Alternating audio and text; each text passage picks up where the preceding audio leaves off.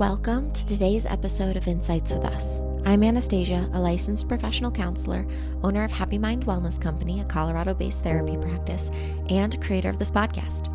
My goal is to use this platform to help others find their voice as we share our journeys and show support as we learn more about ourselves in life. Growth happens when we get uncomfortable, which happens when we sit with new ideas we haven't sat with before. I hope that we can work on this journey of personal growth and understanding together. As a disclaimer, there may be swearing in this podcast, but sometimes we get caught up in the human experience. It happens. And sometimes we can talk about difficult or activating topics. So maybe put on some headphones if you need to, and remember that support exists for you if you want it. My guest today is Heather Hendrie, author of the Awfully Hilarious book series, with a third on the way. Heather is an author and a nature-based clinical counselor in British Columbia, Canada. She studied transpersonal wilderness therapy with a background in kinesiology. She has a humanistic and mindfulness approach in her practice, true nature wilderness therapy, and is passionate about building connections and destigmatizing stories that are a part of being human, which is apparent through her book series, again called Awfully Hilarious. As I said, there are 2 books in this series so far, and each book contains a collection of short stories about topics that we do not typically talk about in our society. And this is a way of bringing us together in our humanity. You can find her on her social media at Awfully Hilarious or at heather.hendrie, both of which I will put in the description of this episode so that you can give her a follow. She is a beautiful soul, and I loved getting to know her, and I cannot wait for you all to know her too. So with that, let's get started and see if we can build some insight today.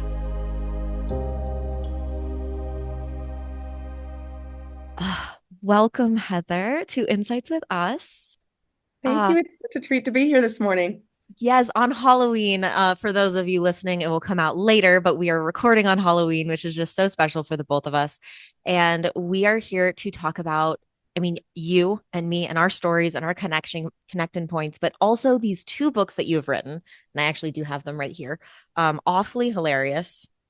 The first one is Stories We Never Tell, and the second one is Period Pieces, which love that so much. But I'm wondering if you could tell me a little bit about how these books came to be, they kind of fell into your lap, who you are. Just give me a little bit more insight into this story that you're telling. Oh, absolutely. And thanks for asking. I do have to admit, one of my favorite things to do is to talk about these books because they happened by accident. And the very easy story is I went on a bad date. I called a friend in tears, and she'd just come off a bad date. And she said, "Oh, we could write a book." And so we did. And really, the intent of it was to provide that soft landing space for other people who are having hard experiences, tough moments too. And it's interesting because it was informed by my personal experience. And as well, of course, we're both clinical counselors, and it speaks to that bigger picture of how we might show up for one another and support one another when things get tough. Okay. So you said a bad date. Was that one of the ones that you wrote about in the book or a Oh, different one? yes. Oh, yes. You'll find it in the first book. I'm sure you've read it already. It happened to well, I'll leave some suspense there for those of you who are interested. Yes. Okay. So when I was reading these books, uh, there were kind of 2 major themes that really stood out to me that, like, as I'm reflecting back on it, those are the stories that stand out. And one are the bad dating stories, because we all go through it if we date. And it's just, you have the good ones and then you have just the terrible ones. Um, and then the second ones that really stood out to me were anything to do with women's health, because Hmm. it isn't something we talk about. And I'm still learning new things every day about my health. And hearing these stories of women having to go through similar things or even stuff that is more extreme than my level, it just really made me feel not alone. Oh, I'm so delighted for I'm really, really happy to hear that because I will say, and of course, these are anthologies, so there's so many contributors, and I've had the great honor to work with these contributors and across the board thematically, what everyone has said about why they've shared their stories. And it's a real edge for a lot of people who've shared. Not everyone wanted to use their real name, for example. Not everyone was sure if they should publish. But in the end, people published with the intent of supporting someone else. They said if it could help anyone else out there feel less alone or supported in a hard moment, it's worth it. And so hearing that it landed that way for you really means a lot to us. And also, I'm really impressed that you picked up that theme around it. Yeah, it did start off with that funny sort of, oh no, I'm dating, this happened. Hey, what's going on for you over there? Let's support each other through this disorienting time. And then we quickly realized after the success of the first book, sort of this accidental overnight bestseller, that this is actually an avenue to be able to tell really important stories that more of us might need to hear. So, for example, the piece on women's health and the lack of research over the years, the lack of attention to this particular area has resulted in a lot of pain. And so, part of our intent with sharing these stories is to talk more openly. The other intent is to hopefully raise the bar on women's health in general and these conversations in general and the recognition that it matters. That is so powerful. Is that what kind of led you to writing the second book all about women's health? Yes. Yes, and so the first book, originally the first few stories came together around we were going to call ourselves the Tinderellas and talk about the difficult dates, and then it sort of expanded in scope to include well, this is where the title came from, anything awfully hilarious. So the embarrassing moments that we tend not to talk about, but really with time and with community could actually become easier to swallow or a bit funny. It's funny, I use that term easier to swallow because there's a story in there. You've read it, of course, a hard pill to swallow about.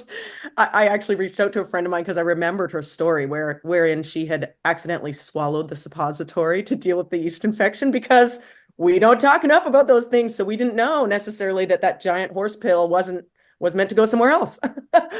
um, Yeah. yeah, so the original one, the intent was the online dates, but then we quickly sort of got into awkward bodily functions that you don't necessarily speak of openly. And then as that grew, I recognized that a lot of the stories tended to be around women's health experiences.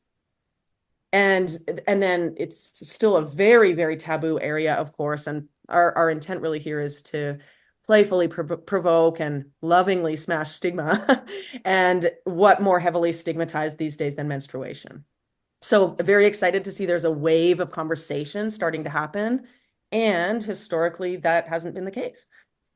Yeah, I see so many videos posted these days of people like men dating women who are like, what is the luteal phase? Why does she keep bringing it up? Like, why does Mm, she say only talk to me in the follicular phase? Like, what is happening here? And it's like, well, you should know. If you're dating anyone who has to go through a monthly cycle, no matter how they identify, you should understand how it affects their bodies. absolutely. And you know what's so fascinating is I've experienced that, for over 30 years and I never knew about it. Only in recent years have I started to understand it. Only recently is the information becoming less stigmatized, more available. So we all need to understand, and yet it's really understandable that we don't because the information hasn't been available. There's been so much taboo and hush hush. One of the writers in an awfully hilarious period pieces, she's just fantastic. I see a stand-up comedy career for her, but her piece in here, it's called The Stages of a Flight to the Moon. And hearing her deliver it in person it's just something else. But she, despite having written and published a book here, a story in the book here, still says like, how many of us out here feel that we have to quietly whisper the word, I have my period, and we're adult humans who've been having this experience for many, many years. I've still felt that myself for a long time. Yeah. I, uh, my brother, one of my brothers and I are very close, and we typically work out together and train together. And up until I want to say this year, I always, didn't talk about my period or, was having a harder day. I just pushed through Mm, it through our workouts. And this year, I started learning about how cycles can affect working out and strength mhm. training and how our bodies react to like pushing ourselves that hard during different parts of your cycle. And so now I'm so much more open about it. And, it was one of those of like, oh God, is he going to judge me for it? I'm like, wait, judge me for what? Like being a woman with something that I have no control over. So Yeah. now we check in with what part of my cycle I'm at and I adjust my workout with him accordingly. And it's just so nice to have support. Oh, that's potent. That's really beautiful. And it's interesting too, because as we shift from that hush hush taboo experience of the period as something that might happen to us in menstruating bodies and start to engage more openly and with some agency, like when you're specifically when you're speaking to having strength in different areas at different times of the cycle, this is where now we get to harness the power of the period. And I love to quote Lucy Peach. She has an amazing podcast called The Period Queen, and the way she speaks about really engaging with different times of the cycle in different ways. Like there will be times where for example, there are times where I feel far more creative, where it's really the right time to get working on the next book. And there are other times where I can lift heavy weights and feel a lot stronger in my body in different ways. And so rather than it being something difficult that we have to hide or suffer with, there are ways that as we engage with, understand, and find agency, we can, like the way she speaks about it is sort of harnessing tidal power. And I'm just Yeah. thinking, wow, isn't it a shame that it's so late into my experience in a menstruating body? Am I only just now learning these things? But I'm delighted for others who are being born into this at this time and will be familiar with the terms cycle syncing and really learning to understand, love, honor their bodies and work with their bodies as opposed to against. Because I don't know about you, but for so many years, it was just like, okay, I've just got to get through this next week and then I can go back to living my regular life when I'm not bleeding. Sort of an experience of it. Yeah. Oh, yeah. And pretending that you're not in pain when I'm literally about to faint. And it's Right, just like, nope, just have to pretend that it's okay and right, just, get through this test or get through this right, client. It's like, right, no, I feel terrible. right. And just what you said there, I just want to capture that because that really struck me when you just said pretending we're not in pain. And I'm sure in your therapeutic practice, there's so much really So rich work much. there. And we just spoke, of course, before you hit record about our experience of counseling school. And I went to Naropa. My degree's in transpersonal counseling. So who are we Yeah. beyond the mask?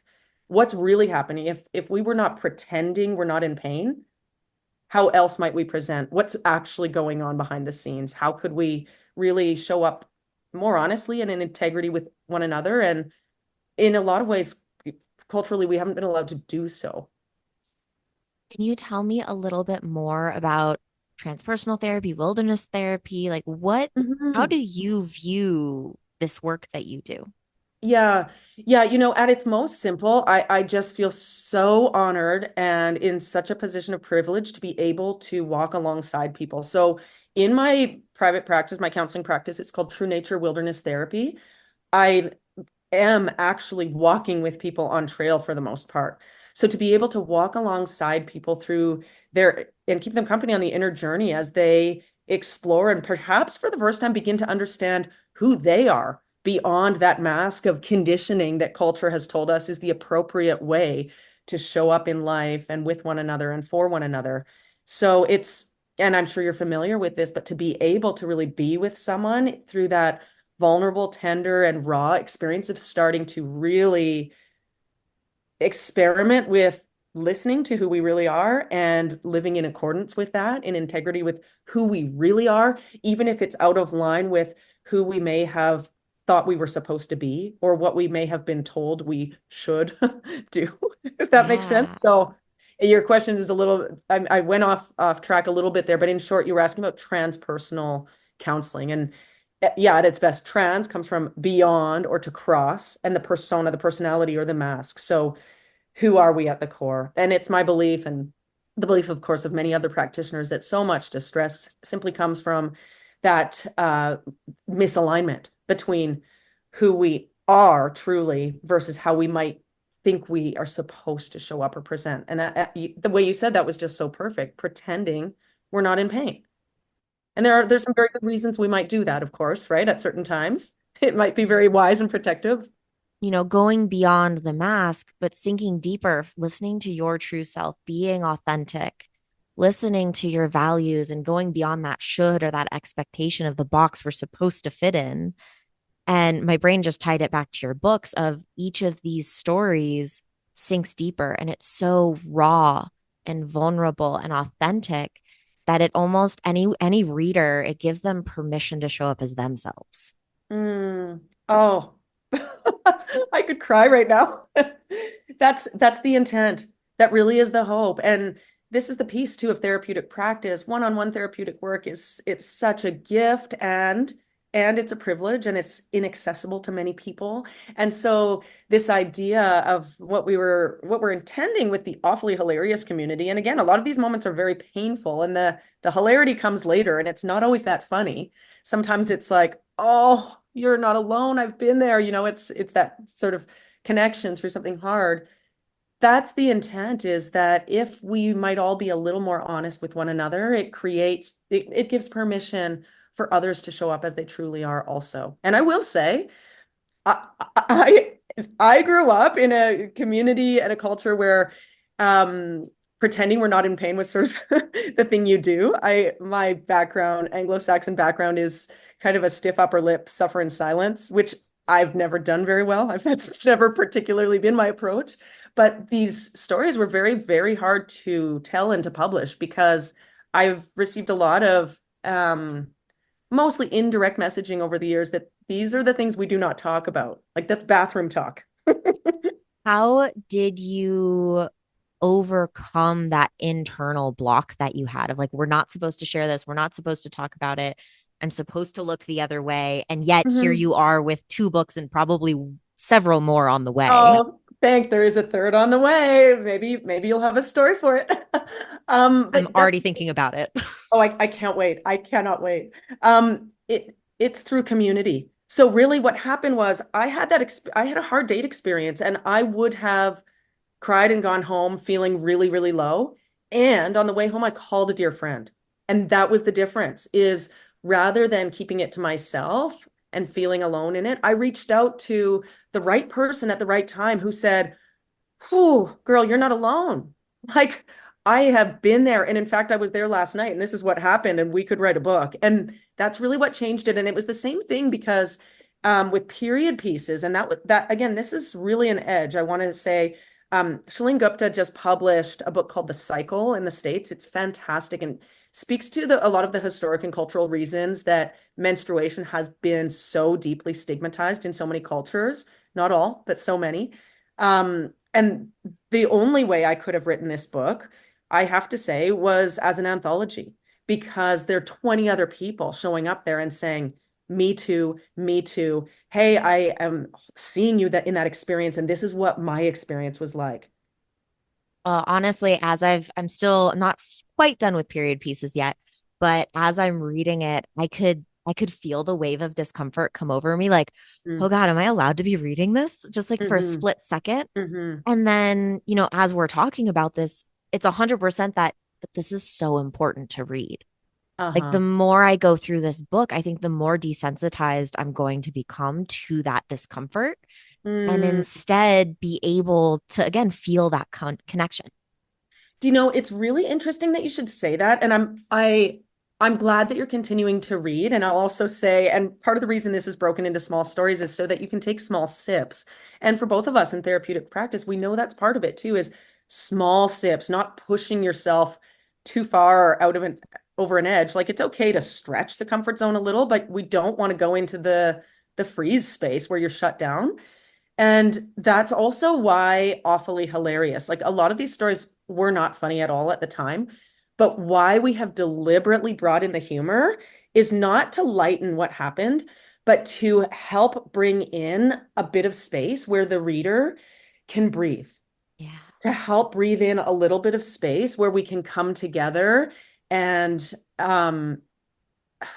it's very deliberately not to make it more palatable, but it's to give ourselves a bit more resourcing and support as we navigate an edge. And what's really interesting, again, we never published these books to we never really published them to sell. Really, what we were going to do was my friends Lindsay and Paris and I, we came together. We were going to call it the Tinderellas and just print these out on a piece of paper, staple it together, and stick them around in little free libraries so that people needing support could find it.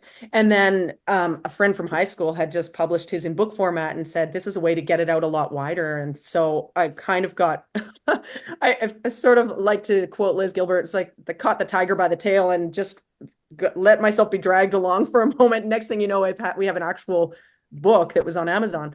But Yeah. oh, I've lost myself a little bit. Oh, but that was what's interesting is so both of the books are available worldwide, and the first has been selling a lot more than the second. It's been out for a year longer, but I also am realizing period pieces is pushing at an edge, It is. and people are uncomfortable with it. And we've had a lot of feedback like that, like this is too much, or this is Yeah. a little raw.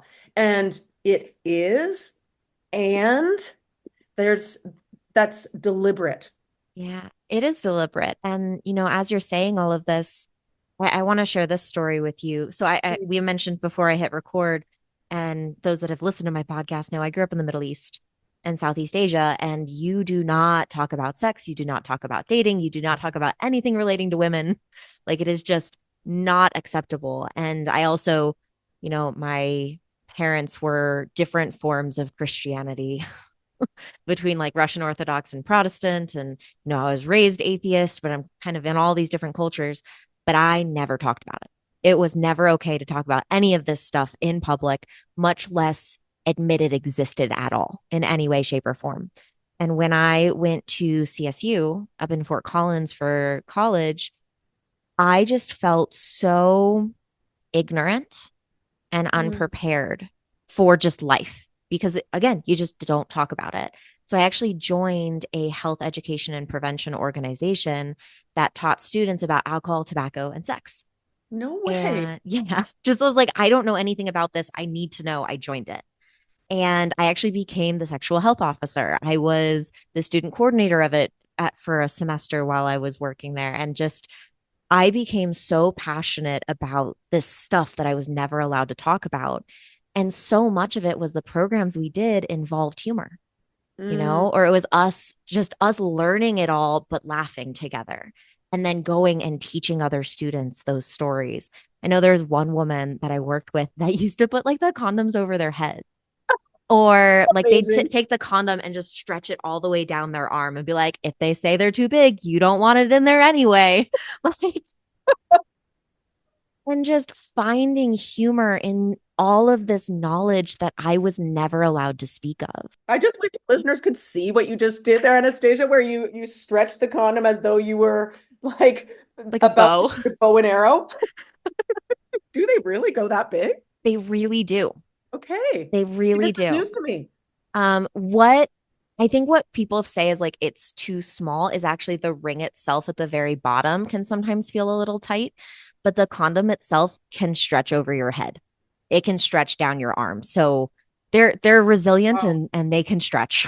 Well, and do you know what? I just want to pick up on what you're just saying here. I know you're talking about condoms, like it's too big, it's too small, but I really want to name, we've received some feedback about what we're doing is, to smash the patriarchy, et cetera. And people will say, oh, well, men aren't bad. And I want to be really explicit and say, I want to talk for a minute about the patriarchy. And when you're just talking about it's too big, it's too small, I'm thinking about the way patriarchal culture negatively impacts everybody.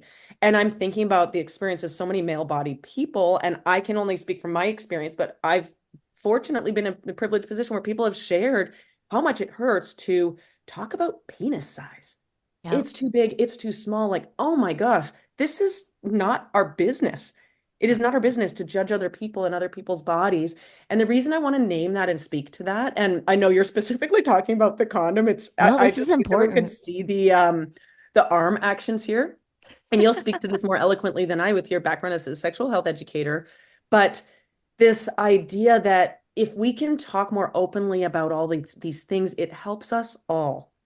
And Mhm. as we get into a space culturally of more equity, more equality, there's more room for people to be themselves. There's less space for shame, where we get to simply shine light in the shadowy areas. And I'm loving that you're speaking to the role of humor in that. I Yeah. just think it's really exciting. And I'll just say for you and for your listeners, if anyone's got a story, the next book is going to be all about sex and specifically desire, pleasure, intimacy, and the sorts of stories that go beyond dominant porn culture to really speak to moments that maybe we may not have shared so intimately before. So Oh, I have so many stories to you. I'm gonna send them to you. It's gonna be great. We can talk about it. Okay, yes, I have so many things about sex and the patriarchy and everything, and my brain is running in a million different directions. So let me back up first and make a comment about kind of that penis size comment you made, because yeah, every penis is a different size, but so is every vagina. Hmm. Hmm. And so for those of you out there that are worried about size or girth or angle, there is someone out there who will appreciate that. And it's not just about how big is it. In fact, sometimes the smaller, the better. Just throwing that out there.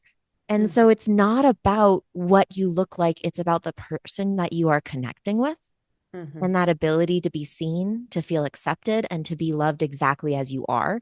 That is what is going to make it so much more powerful and connecting than what your body actually looks like. And I'm going to speak to this too for the listeners again, because I just wish people could see what's happening right now. But I'm crying as you say that. We don't hear that enough. We really don't. And I really want to just say, I don't think men get to hear that enough. No. And, this, we always talk about feminism and the wave, but it goes for every gender and every identity. Men Uh-huh. are also in a box. Hmm. They're taught how they're supposed to show up, what they're supposed to look like, Hmm. and they need an advocate too. And I wish that I had more male voices in my life. Fortunately, my partner is an amazing voice for that and an advocate for that. But no, every single one of us deserves to be seen exactly as we are. Yes, and I just you said that so well is we don't want to put people in a box. What the reason we're writing these books and telling these stories is to make explicit the box. To make explicit the box and say that really to name that the various ways in which many of us are hurting is as a result of the ways we've banged up against the box. That what if there was nothing wrong with any of us, but the box has hurt us all? And I just really want to make that explicit because I think this idea of feminism or pushback against the patriarchy can really easily be misunderstood. But what we're naming are the boxes that have kept us from being who we really are. If we have our way, there will be no boxes left, and everyone can just be their individual selves, lifting Exactly. us up together as a society.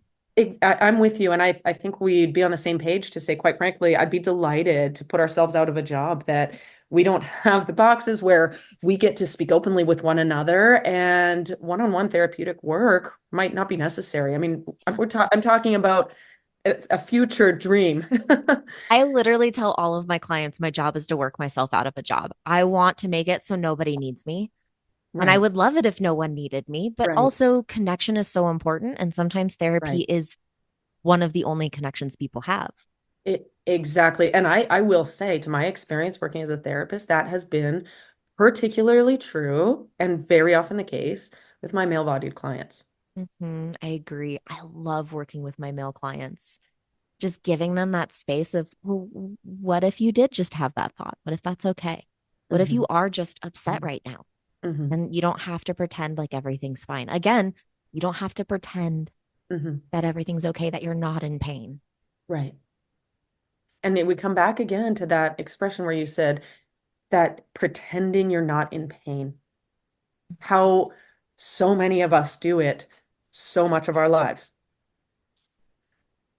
Yeah. And what happens when we feel safe enough to tell somebody the truth? And to share the stories that we've been holding on to and holding on to our pain so that we can let them go. Hmm. Hmm. And something really important, I'll come back to these books and the stories that I sort of called myself the imagination agent or the curator. I wasn't the editor. We hired a really great editor named Megan Power based here in Skokomish on the west coast of Canada. And the authors wrote their own stories. And what I loved about her editorial work, she's excellent at what she does, but she really held true to the voice of the writers. So you'll see this is atypical, and she's got a note in the book. But for example, some of the stories are written in American English. Some of them are in British or Canadian English, depending on where the writer learned to speak the language. Um, but something in the stories is that and this just speaks volumes to the contributors. And I also want to say none of the contributors were paid. They came forward and offered this as a gift to the world. And that's just, it just means so much to me. But the stories across the board are things that happened in their lives and that they processed, that they worked through the pain of it in order to tell it in a new way that is supportive to the reader. So that's there's a subtle difference there between handing over your pain to somebody else versus processing it fully yourself, learning the lessons from it, and then sharing the gift with the reader. You with Mhm. me? Does that make sense? Yes. It's like a memory research has been showing that every time you remember something, you're not remembering the actual moment in time, you're remembering the last time you remembered it. And so Oh, if you can share stories, that's one of the reasons therapy is so helpful is we get to add in a new perspective or shift the voice a little. But as you're healing, every time you remember it, you can start looking at it in that new way. So giving that gift of that healing of that new process might help another person look at a similar story with that new light, and then they'll oh, that's remember it differently fascinating. next time. That's oh, I'd love to read more about this research. This really excites me both personally with the writing project and as a therapist. And the writers across the board have also said it really surprised me, but the process ended up being very helpful for me. Yeah. So tell me about how you chose these stories, these collaborators, the contributors. Like, how did this come together? Yeah, and the first book was a bit unique and different in that I mentioned there were three friends. We just came together and said, "Oh wow, wouldn't this be a?"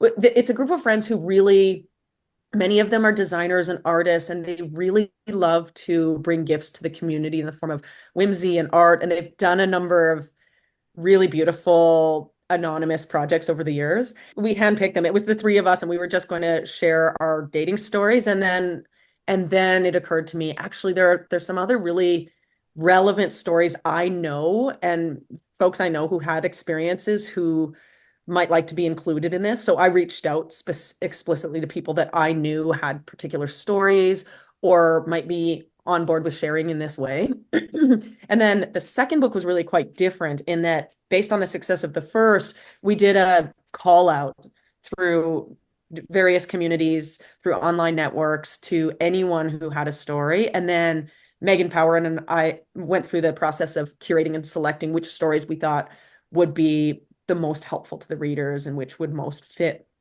the the mission of Awfully Hilarious. Okay. And you had mentioned earlier that, it started out as Tinderella and just sharing these terrible dating stories, but then those kind of key points of women's health and other themes and other difficult moments. If you, was there a particular moment where you realized, oh, this needs to be bigger? Or did it just slowly happen and then you looked at the stories and went, this isn't just dating? Mm-hmm. I think something really struck me, and this is where I might get teary again. I mentioned sort of it's like caught the tiger by the tail and just let it drag me along for a while as the project got bigger. But at first, when they were funny dating stories, that was one thing. But when I read some of the stories and they were friends, but what some of the stories that were submitted by friends, in particular, a friend named Kaylee Fesco submitted a story about her experience postpartum of having a bladder prolapse and not really knowing what was happening, like literally parts of her body falling out of her body. And it took months to even know what was happening. And that's where it's very interesting. A friend's boyfriend actually read that story and said, "How is that possible?" And his incredulity. But what was so interesting is a lot of my female bodied friends were like, "Oh, yeah, of course." But his incredulity matched against their acceptance and resignation really brought to light my really lit a fire under me to tell more of these stories and dedicate so much more time and resources to it. I'm so on fire about this. I really feel like it's not only the advocacy arm of my therapeutic work, but just really one of the things that I'm here to do right now is to, if we can have these conversations more, people would not have to wait months for care. And I will also share a little bit of my personal story is that I went undiagnosed and untreated for 30 years with a menstrual related mental health condition, or a hormone related mood disorder would be a better way of explaining it. And Trigger warning, but I would guess it's probably right now one of the most fatal conditions in the Diagnostic Statistical Manual, the DSM, as you know. And that led into period pieces and the menstrual stories. And many contributors to this book also identified with navigating and struggling with that same disorder, which is called premenstrual dysphoric disorder, PMDD. I see you nodding. I'm really making that explicit for our listeners that it affects 1 in 20 menstruating people. It can be very dangerous, extremely disruptive. It's often misdiagnosed. Average time to diagnosis these days is about 9 to 10 years. In my case, despite being the daughter of a doctor, it took 30 years.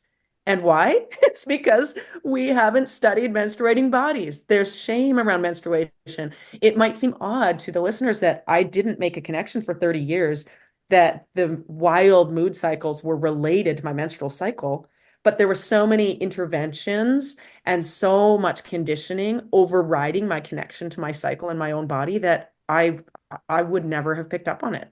So once you were diagnosed and you did make those connections, what next? What helped you? Hmm. One of the biggest things of all was understanding. Was because for 30 years I had thought something is wrong. There's something at the root of this, and I just don't know what it is. And so understanding and recognizing that there's a physiological underpinning to what was happening that I had been trying to treat with psychological interventions for 3 decades made so much sense. And it really validated this idea that it wasn't that there was something wrong with me, there was something going wrong, if that makes sense. And it's a subtle distinction, but it's everything, Yeah. as you know. It wasn't you being broken, it was just something in the system that people were missing Hmm. that Hmm. you could navigate. Right. And it's really significant. It's really serious. And with appropriate care, could be totally supported and manageable. And what PMDD is, it's generally folks have regular hormone levels, but 1 in 20 folks have a different atypical response to the shift in hormones with menstruation. And then what's very interesting with the diagnostic criteria around premenstrual dysphoric disorder, symptoms are relieved with menstruation. Within a day or two of beginning to bleed, the symptoms go away. So And is I've that treated with medication? Is it I, treated with therapy? What does that look Yeah, like? and so I'd be going out of scope to say too much about this here, but I will say because this is so still on such an edge and so few people still have heard about it. And for those of you interested, I'd recommend Shalene Gupta's amazing book called The Cycle. I'm working on other writing around this too. My story called Finger Painting in Awfully Hilarious Period Pieces speaks to it.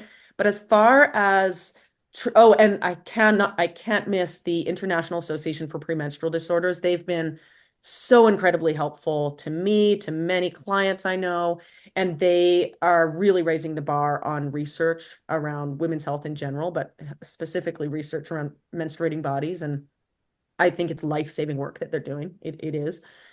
But treatment, that starts to edge out of my zone. But what I will say is keep going to medical practitioners until you find somebody who knows what it is and who can find the support. The International Association for Premenstrual Disorders does maintain a listing of practitioners who understand what PMDD is.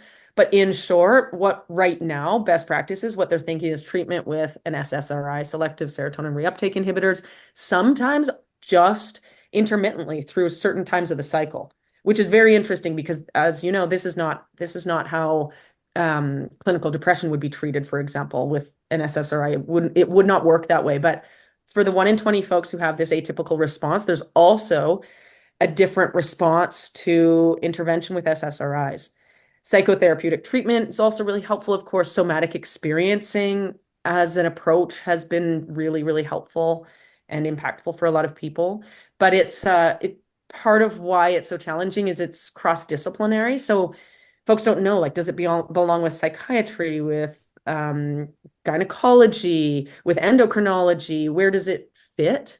And it wasn't actually named in the DSM or Diagnostic Statistical Manual until 2013. And if you want to know why that is, please read The Cycle because Shalene does an amazing job of explaining I'll why post it's I'll so post the long. list of all the resources you just named in the description of this episode as well, so people can just look Yeah, at it and not try to remember too. yeah, please do because folks, people were starting to recognize, think about this condition maybe as early as the 1930s or even earlier, but there are a lot of reasons. Insert patriarchy, a lot of other challenges, that it hasn't been openly discussed, recognized, spoken about till now. And so that also is what really lit a fire under me. The impetus for period pieces is not only do telling these stories honestly have the potential to help us feel more connected and supported, it's also possible a conversation like this could save a life. And so bringing back that idea of trying to break free of that box, letting it be seen, letting these connections be made, having those insight moments of, oh my God, I'm not alone. Maybe there is something here that can help me. If you're open to going there, I'm curious, what was it like for you to finally have that answer and just feel seen? To be honest, and I imagine listeners out there who have had any similar experience, I was really, really angry. I was furious at the outset. It's like, wait a minute, this is what's going on, and I didn't know. I was so angry that I hadn't known. And then I got really angry at the systems in place. Like it's not I really want to emphasize this was through no lack of wonderful care and empathy and support from many practitioners I saw and people I love. It's that we were all operating in a system where we have been deliberately, menstruating bodies have been deliberately left out of the conversation. So I was really, really angry and really sad. I had to go through a period of grieving that. I imagine many people can relate to that experience if you've been diagnosed with something, for example.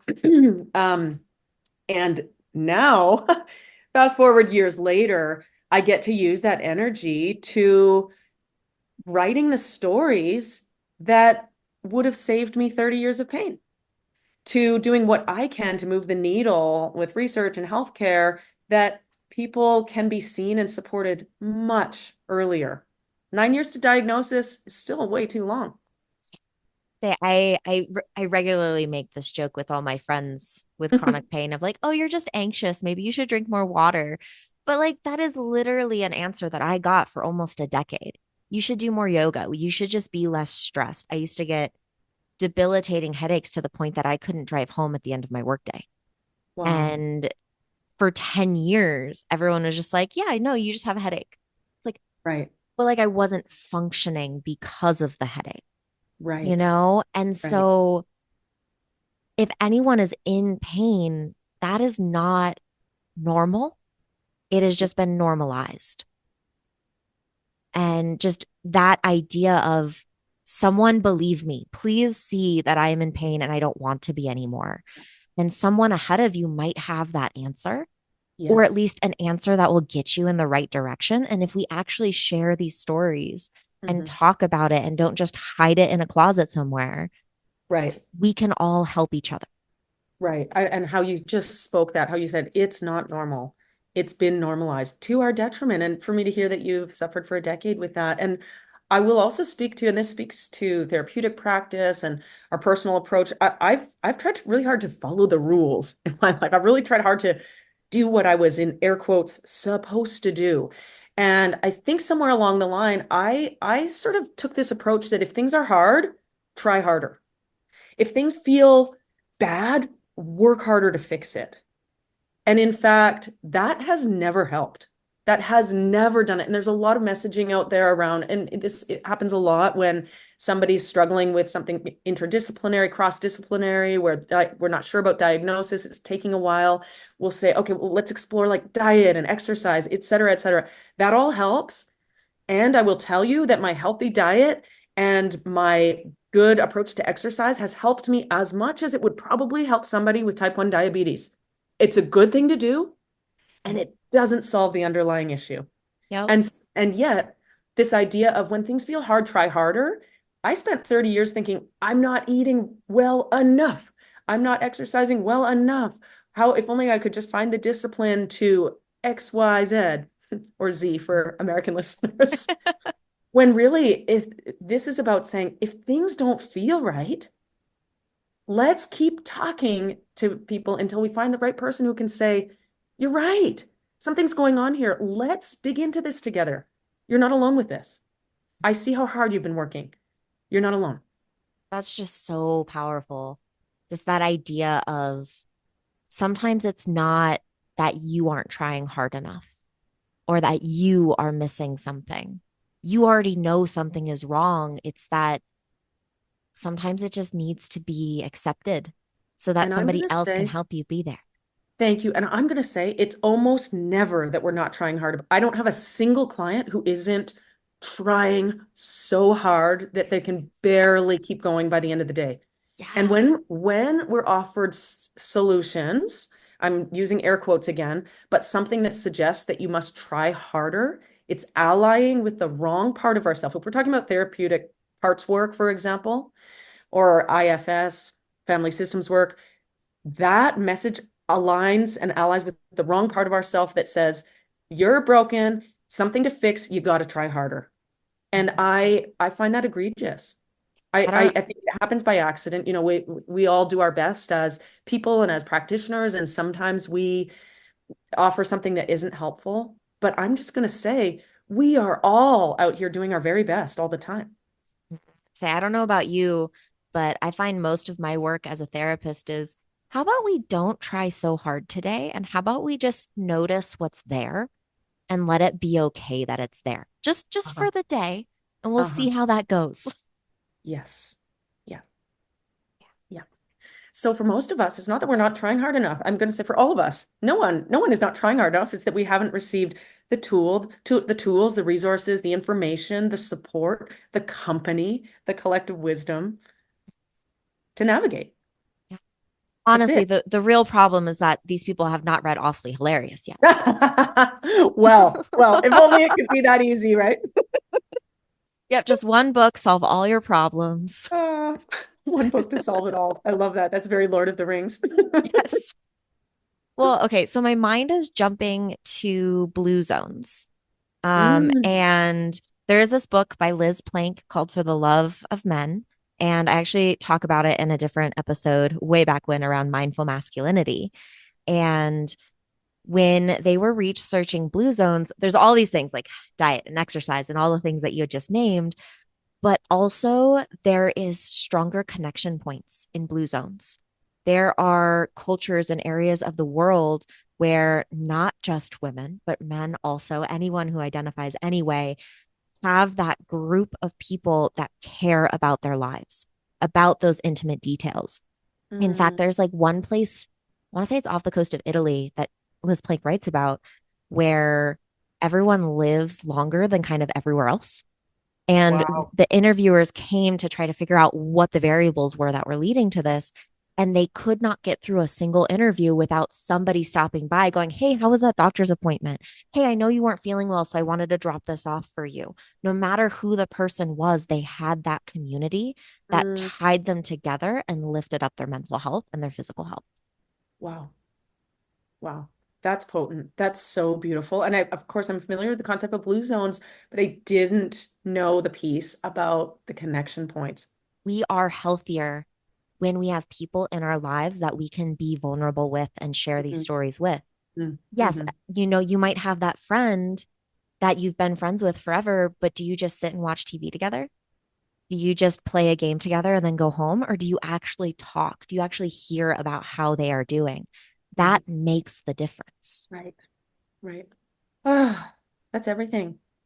That's why I'm so glad you're here right now because this book builds connections, but you and I just, there's such a connection here. Hmm. So I Hmm. want to hear everything about your life and who you are and all of these journeys that you've been on that have brought you to this moment because it feels so important. I'm just sitting in silence for a moment, taking that in. I feel the same way. And what it is to be seen and in connection is, I think, the medicine we need in our increasingly fractured, disconnected, polarized world is things are hard. So let's hold hands. Yeah. Life is hard enough. We don't need our relationships to be hard too. Yeah, yeah. So we've gone all over the map in the best way during this hour that we have together. And so I'm just curious if there is anything that has been left unsaid. if there are any passions in your world right now that maybe we haven't gotten to name. I'm gonna say that I feel hopeful. It the first story in Awfully Hilarious is Period Pieces is written by an 11-year-old, and she says, I want my period, god damn it. And moving towards a world where we are excited about our bodies and the changes in our bodies, and we know we've got support for whatever may come, creates a really, really different way of navigating it all. And so I'll leave in that space where I feel hopeful that if we can tell more truth and come together and create more comfort and connection and support, that the people we love and who love us can feel safe to be vulnerable with us, that could just make so much of a difference for the quality of life. And if only we could, those blue zones, if we could spread that out, like melting butter on toast, like let them grow. More connection, more support, more Yes. humor. So much more humor. Um, you know, processing everything that we just shared, just all the pain and all the misdiagnosis and all the boxes. Just, you and I and a lot of people in our generations and older have had to sit through so much pain and pretend like it was normal. And, an 11-year-old girl saying, I want my period. I'm excited for what this means. The people that understand hormone cycles and can go, hey, I'm in this phase. I'm going to not do strength training because it'll actually make me retain more fat versus, in this phase, I can push it really hard and it's going to feel amazing. Like the work we're doing right now is going to open that up for future generations. And I'm so hopeful as well that generations that come after us won't have to sit in the pain. No, and I just feel so excited, Anastasia. Like we're standing on broad shoulders, like so many people who have come before me have done so much work.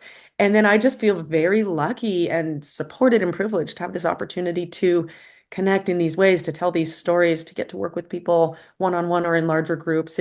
It's such an honor. I can't express the joy I see when somebody picks up the book and says, "Oh, okay, I resonate. I feel less alone." That's the intent behind it. And I'm just so grateful for all the writers and all the readers and all of us out there doing our messy best in this beautiful, chaotic, challenging world. Oh, life is so messy and it can be so challenging, but can also be so beautiful. Sometimes the mess is where that connection is, which, Hmm. your books highlight that beautifully. I like that. The mess is where the connection is. Well, these books are pretty messy. Um, Lots of connection points. They are, but honestly, okay, so I grabbed it. I was like, oh, we'll see how I get. Cause, I'm reading like 8 books right now for work. And every time I'm like, oh, this client needs this thing. So I'm going to read this book. Oh, no, I need to go over here now. And it takes me forever to get through anything. I want to say I read your first book in like 2 days. Oh, wow. Thank you. It was just so real. Like I said, raw. And my brain just went, oh my God, what's the next story? I cannot wait. Oh my gosh, this is going to be amazing. Oh, there was a moment receiving the stories. Grace, who's just so fantastic. She's in California. I connected with her through a writers group that I actually came into connection with that's based in Colorado, through my connections with Naropa University. But when she submitted her story called The Curse of the Tiny Toilet, and that experience where she's at the library waiting, she really, really, really needs to use the bathroom, and the library's not open yet, and she catches a glimpse of her toddler's tiny toilet in her rearview mirror. Just the way that story unfolds blew me away. And I think that was one of the moments too where we thought, oh, this actually has to go out more widely. Like I am all about independent bookstores, and I'm the last person to support a giant corporation, for example, such as Amazon. And I will say thank you, Amazon, for the wide distribution to be able to get The Curse of the Tiny Toilet over to our writer in the Philippines. I mean, that's why we made that decision in the end, was to Mm, provide access to the kinds mm. of stories that was funny. That was That really was funny. funny. And you know what? I personally know people who have gone through similar experiences that would love to know that they are not alone. Oh, and for the listeners out there who haven't read the story yet, there's a line in it that just struck me so hard. If we fast forward from the moment that Grace picks up on the toilet in the rearview mirror, the tiny little toddler toilet, to the moment where her toddler is saying, "No, my tiny toilet." Just- Oh, Yes. that I still laugh about that one. Yeah, everyone needs to buy this book or borrow it from somebody, but or at least go to a bookstore and read that story because it is hysterical. And so many of these stories are just so funny. Oh, please. And if you do come across it and it resonates for you, please request it in your local library. Buy an extra copy for a little free library. Because again, the intent, the mission is to just let folks know, hey, if you're having a hard time, you're not alone. Yeah, You've got company in those moments. I love that. And I'm going to have to talk to you in the future about how publishing works because I do have a couple things in the works that are probably way down the line, but I would love to get Oh, your yes, advice on all that. please. I would be over the moon to tell you all the things I wish I knew about self-publishing before self-publishing and all the mistakes I made that I could help you not make. Yes. That's my next venture, I think, is supporting folks in that process and all the things I learned the hard way and how to make it a bit easier. But yeah, your stories matter. I cannot wait to read your stories. Can you give us a hint about what you might write about? Well, okay, so the first two are less about me personally. I have been thinking maybe at some point doing like an autobiography of some sort, just because I've had such a weird life. But the first one is just things as a therapist I wish people would know.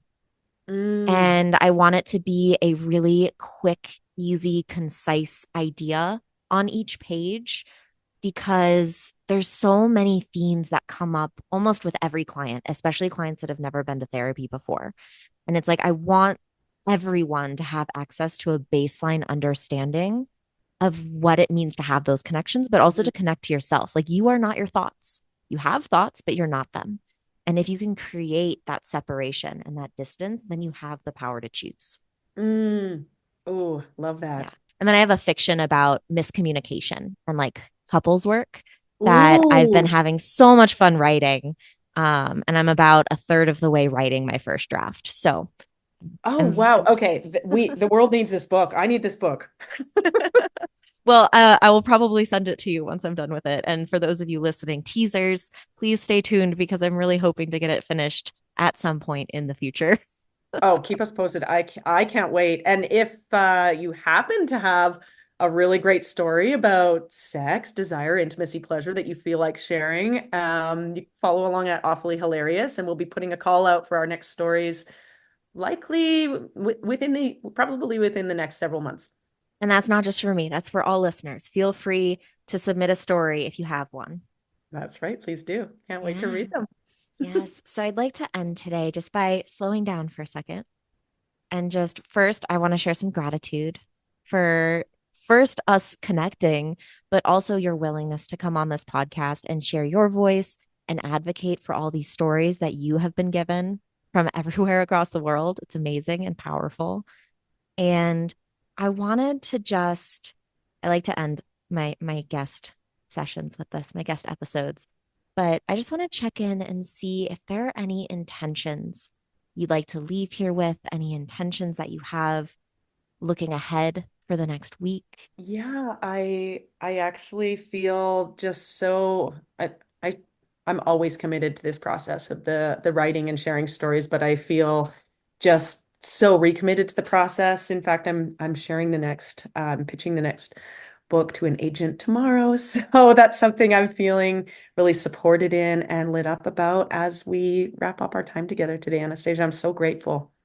I love that.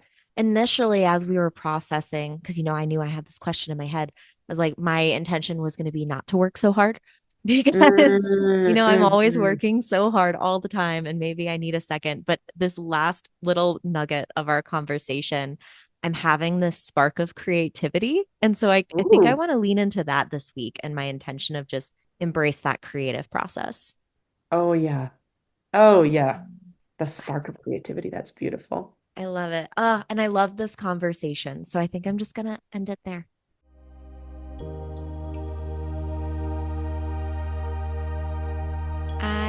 just so grateful that all of you decided to listen to this episode. I loved speaking with Heather and hearing all that she had to share. I loved connecting with her. Honestly, it was a great thing for me, even though, it also is great for the podcast. We touched on some really important ideas, and I am hoping that you can check out her books and have the same powerful experience of connection and feeling less alone that I had. If you have any questions for this podcast or any themes you'd like us to focus on in the future, send us a message on Instagram at Insights With Us Podcast, or send us an email at insightswithus@gmail.com. If you enjoyed this podcast and want to hear more, please follow, like, or subscribe. If you want to support the continuation of this podcast, you can donate. To do so, visit my website and donate on Podbean's patron program, or find me, Anastasia Soroka, on buymeacoffee.com. I appreciate you, and I appreciate that you are listening. Thank you for creating insight with us.